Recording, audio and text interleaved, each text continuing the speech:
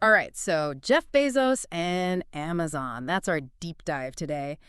And wow, you really went all out with the source material on this one. Shareholder letters, interviews, we even have some speeches about space travel. I mean, it's obvious you want to get a really complete picture of the guy, right? Yeah, it seems like you're not just interested in what he built, with Amazon and everything, but also like how he thinks, what makes him tick. And honestly, that's what makes his deep dive so fascinating for me too. Exactly. Like, how does a guy go from selling books online to, launching rockets? What are the lessons we can all take away from that kind of journey? Well, there are a ton of lessons to unpack. Yeah. But one thing that really jumps out at me is how much his own personal philosophy is woven into like the whole Amazon story, Mhm. from its, pretty humble beginnings to becoming this global giant. And I'm thinking we're going to find some pretty interesting connections to that whole space exploration thing he's got going on too, right? Yeah. Oh, absolutely. But let's start at the beginning. 5-year-old Jeff Bezos glued to the TV, watching the Apollo 11 moon landing in '69. Talk about a moment that shapes a life. It's like that moment planted the seed for what, Blue Origin, like decades later. It makes Oh, you yeah. think though, right? Like what things were you passionate about as a kid? I mean, maybe those hold some clues about your future path too. It's a good question, actually. For Bezos, this wasn't just some, fleeting excitement. He talked about feeling the energy of that day, seeing all the adults around him, totally captivated by this impossible thing suddenly becoming possible. That feeling stuck with him. Yeah, I get that. And it's not just space. Even as a kid, he was building stuff, inventing. Like, who comes up with an alarm system to keep their siblings out of their room? That's next level problem solving for a kid. Definitely resourceful from a young age, that's for sure. But fast forward a bit, right? It's 1994, he's on Wall Street, has a good job, making good money, and then boom, chucks it all to start an online bookstore. Like, what kind of conversation was that with the family? That must have taken some serious guts. I mean, 1994, the internet was barely a thing. What made him so sure this was the next big thing? He was convinced, like really convinced, Uh, that the internet was going to explode. And he wanted to be right there at the forefront. He saw this potential for like a bookstore with unlimited shelf space, something a physical store could only dream of. And this was way before anyone was ordering anything online, like regularly. It's wild, isn't it? I mean, even tech journalists were skeptical back then. It's funny, actually, reading some of Craig Stoltz's early articles about Amazon because Bezos ended up buying the Washington Post where Stoltz worked. Do you think that was Bezos believing in traditional media or maybe trying to control the narrative a bit? You know what I mean? Hmm. That's a good question, a really good question. It definitely adds another layer to this whole thing, that's for sure. But going back to those early days, it's interesting how he focused on books at first. It was strategic. He was tapping into this thing called the long tail. Okay, so long tail. What's that all about? Okay, so imagine a graph. On one side, you've got the bestsellers, the hits, the things everyone wants, right? That's what normal bookstores focus on. But the long tail is all the niche stuff, the obscure books that maybe only a few people want. So, like, Amazon could cater to those really specific interests in a way that a regular bookstore just couldn't. Exactly. It didn't matter if only like 5 people wanted a book about the history of chopsticks or something. Amazon could offer it because the internet, takes away those limitations of physical shelf space. But even beyond that, Bezos was totally obsessed with the customer experience, like in a way no one had really seen before. He talks about customer obsession all the time. But what does that actually mean in practice? How did he actually do it? It means going above and beyond to like really delight the customer, even if it means you don't make as much money in the short term. Think about Amazon Prime. Yeah. Back in 2005, free 2-day shipping for a yearly fee. That was a wild idea. I mean, his own finance team thought it was nuts. What made him push for it even when everyone was saying no? He truly believed in building that customer loyalty for the long haul. He was willing to gamble on this idea that convenience and value would win out over just making money right away. And obviously that gamble paid off big time. It's true. Prime changed everything about online shopping. It shows he was willing to trust his gut even when, the data didn't necessarily support it. But he's also like really calculated in his risk taking, right? He talks about these one-way doors and two-way doors for decisions. Exactly. He doesn't just throw caution to the wind. One-way doors are those huge, can't-go-back decisions, like launching a new service or buying another company. Those need serious thought. Yeah. But for two-way doors, stuff you can easily change. He wants people to experiment and move fast. So knowing when to be careful, when to be bold. But how do you maintain that kind of flexibility in a company as giant as Amazon? I mean, it's got to be tough. That's where his whole disagree and commit idea comes in. Yeah. He wants open debate, you know. Yeah. He wants people to challenge each other's ideas. So, like, it's okay to disagree with him, even if he's the boss. Absolutely.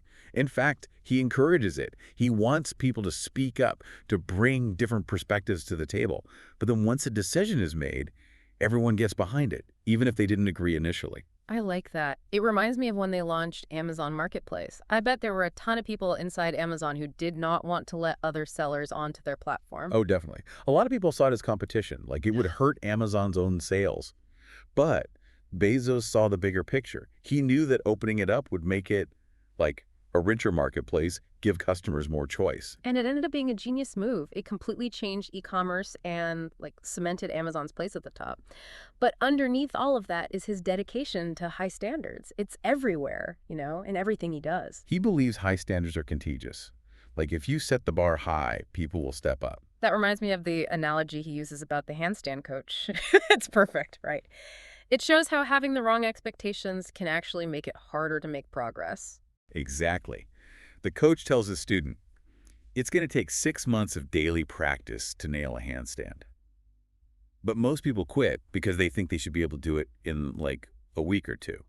It's the same in business. Setting realistic goals about the time and effort involved, that's key. And it connects to this whole thing about the 6-page memos at Amazon.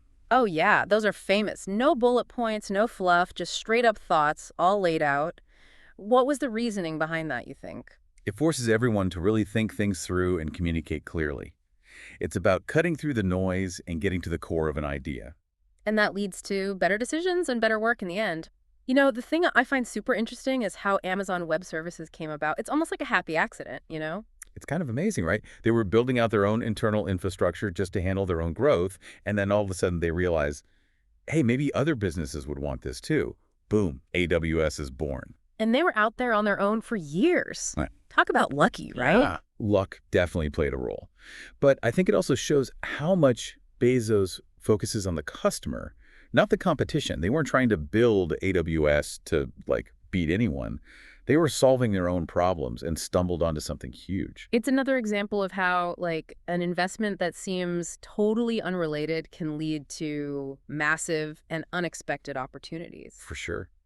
But we can't forget another big part of the Amazon story, Alexa, and this whole quest to make a real-life Star Trek computer. Oh, yeah, now that's something I want to hear more about. It's funny, thinking about Alexa, it reminds me of how Steve Jobs approached the iPod. You mean like it wasn't based on market research or anything? It was pure gut feeling. Exactly.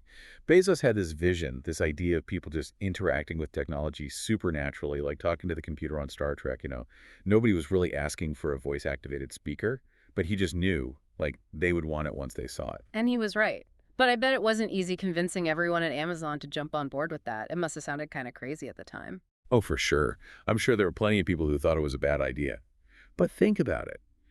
Amazon was already a leader in machine learning and cloud computing with AWS, right? They had all the ingredients to actually make Alexa happen. It's crazy how all those years of, like, what Bezos calls wandering in the wilderness ended up being the foundation for Alexa's success. They weren't even sure what they were building towards, but they were building something. That's a huge lesson there, isn't it? Sometimes those breakthroughs come from exploring things that seem totally unrelated and then, like, connecting the dots in a way you never expected. So true. But developing Alexa wasn't all sunshine and roses, right? I mean, those shareholder letters and interviews, they hint at some pretty massive technical hurdles they had to overcome. Oh, yeah, absolutely. Just imagine the complexity, right? Yeah. Building a system that understands what you're saying, processes it, and then controls all these different devices and services.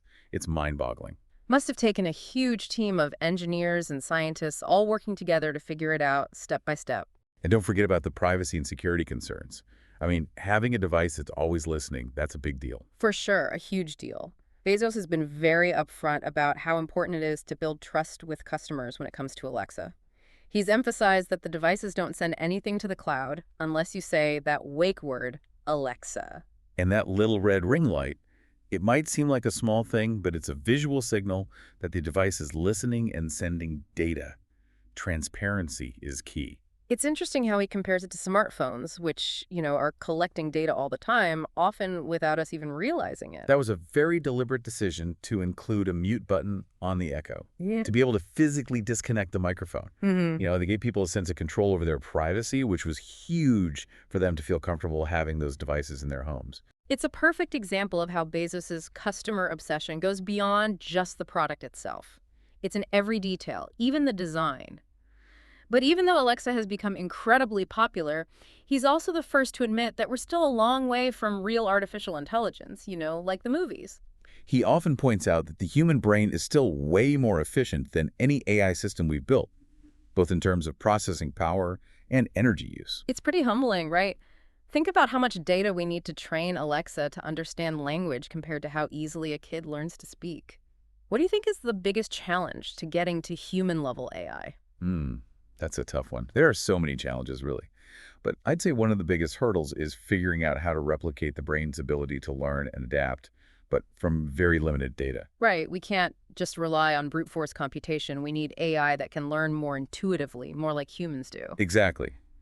But even though we're not there yet, Bezos is super optimistic about AI's future. He sees it as this golden age of innovation with the potential to solve some of our biggest problems.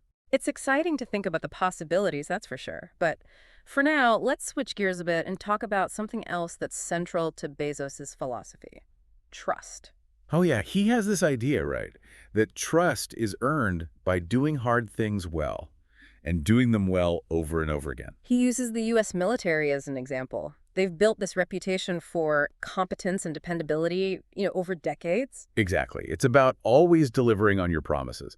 Whether it's getting a package delivered on time or defending a country, it's about doing what you say you're going to do, even when it's hard. And that ties into his views on competition, too, right? He's not afraid of it, but he wants to create an uneven playing field by innovating. He wants to be both tough, like a big company that can take a hit, and agile, like a startup that can move quickly and adapt. It's Yeah. about constantly pushing forward and staying ahead of the game. And that leads to some interesting decisions, like his choice to work with the Department of Defense, even though it was controversial. What do you make of that? It's definitely a complex issue. But I think it shows how much Bezos believes in taking a stand based on his principles, even when it's not popular. He argues that a strong national defense is crucial, and he's willing to play a part in that, even if it means taking some heat. It reminds us that sometimes, you gotta make tough calls, even when there's no easy answer. And all of that connects back to his focus on keeping that day one mindset, even in a company as huge as Amazon. What does that even mean, day one? What's so special about it? It's about keeping that energy, that scrappiness, that willingness to take risks that you see in a startup. He thinks that's essential for staying innovative and attracting the best people. It's easy to get comfortable when you're at the top, but Bezos seems determined to avoid that. But we can't forget his philanthropy, right?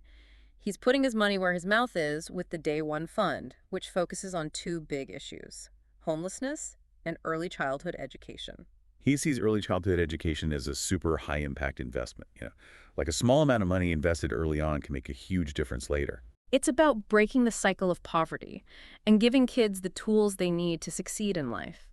I like how he applies that customer-centric thinking to his philanthropy, too. With the Day One Academies Fund, he's all about focusing on what the child needs, understanding that a good early education can change a person's entire life. It's a good reminder that education is one of the most powerful tools we have for creating a fairer and more just world.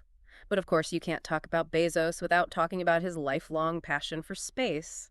Blue Origin, that quest to build a road to space, it's totally intertwined with his philosophy and his vision for humanity's future. It's like that little boy who watched the moon landing, never stopped dreaming.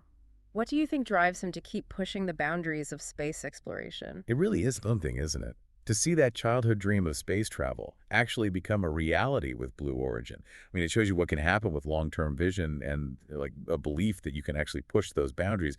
But Blue Origin, it's not just about, him wanting to go to space. It's something bigger. Yeah, it's like he's trying to create a future where humanity can actually expand beyond Earth, tap into all those resources out there in the solar system, and, ensure our survival in the long run. And he makes a pretty good case, when he talks about resource scarcity, enabling civilization to keep growing. He's thinking centuries ahead. Yeah, he is. He talks about the overview effect, right? That thing astronauts experience when they see Earth from space. It's like this total shift in perspective. You realize our planet is like this fragile little oasis. Exactly. And it makes you appreciate how everything is connected. It makes you think about how urgent it is to solve the problems we've got down here on Earth. Absolutely. But it's not just about getting away from Earth's problems, is it? Bezos sees space as this, like, frontier for innovation. He's thinking about space-based industries, new jobs, opportunities for generations to come. Like a new Wild West, but in space, right? This whole new ecosystem waiting to be built. So what kind of industries are we even talking about here? What's his vision for this space-based economy? Things like, asteroid mining, generating solar energy, even manufacturing stuff in zero gravity, things we can't really do here. It's about using what's unique about space to create totally new industries. Okay, that's pretty futuristic. Realistically, though, how far off are we from that kind of world? Well, honestly, it's still pretty early. Space travel is still incredibly expensive, and the infrastructure just isn't there yet. That's where Blue Origin comes in. They're focused on reusable rockets and lowering the cost of getting to space, which is key to making all this happen. So they're not just building rockets, they're building a road to space so that, everyone else can follow and eventually build those industries. Yeah, it's a long game, but each launch, each new technology gets us closer to that future. So after diving deep into all this, what stands out to you the most about Bezos? What's the big takeaway? For me, it's that long-term thinking. He's not afraid to invest in things that might not pay off for years, maybe decades. Hmm. Prime, AWS, Blue Origin. He's always building for the future, not just for right now. That's a really important lesson, especially these days. Everyone wants things right away, but he's patient. And it's not just about having the vision, it's about actually seeing it through, even when people are skeptical, even when things go wrong. And don't forget that customer focus. From selling books online to going to space, it's all about creating value for the customer in the end, whoever that customer is. Yeah, that's crucial for any kind of success, right? Yeah. Figuring out what people need and want and then actually delivering it better than they expected. Totally. But even beyond the business stuff, there's something inspiring about his story, I think. Yeah. It shows that anyone can do amazing things if they have a vision, if they work hard, and if they're willing to, really dream big. Yeah, it's like that quote of his, Earth is heaven. It makes you appreciate how amazing our planet is, but also it makes you think about what else is out there. And that's an amazing legacy, isn't it? Mm. It encourages us to think bigger, to aim higher, to keep exploring what's possible here on Earth and beyond. I agree. So there you have it, folks. A deep dive into Jeff Bezos, the guy who built Amazon, launched rockets, and dreamed of a future where humanity reaches for the stars. Pretty inspiring stuff, I gotta say. Yeah, it really is. Makes you wonder what he'll do next. I can't wait to see. Thanks for joining us on this deep dive. Keep exploring, keep learning, and we'll see you next time.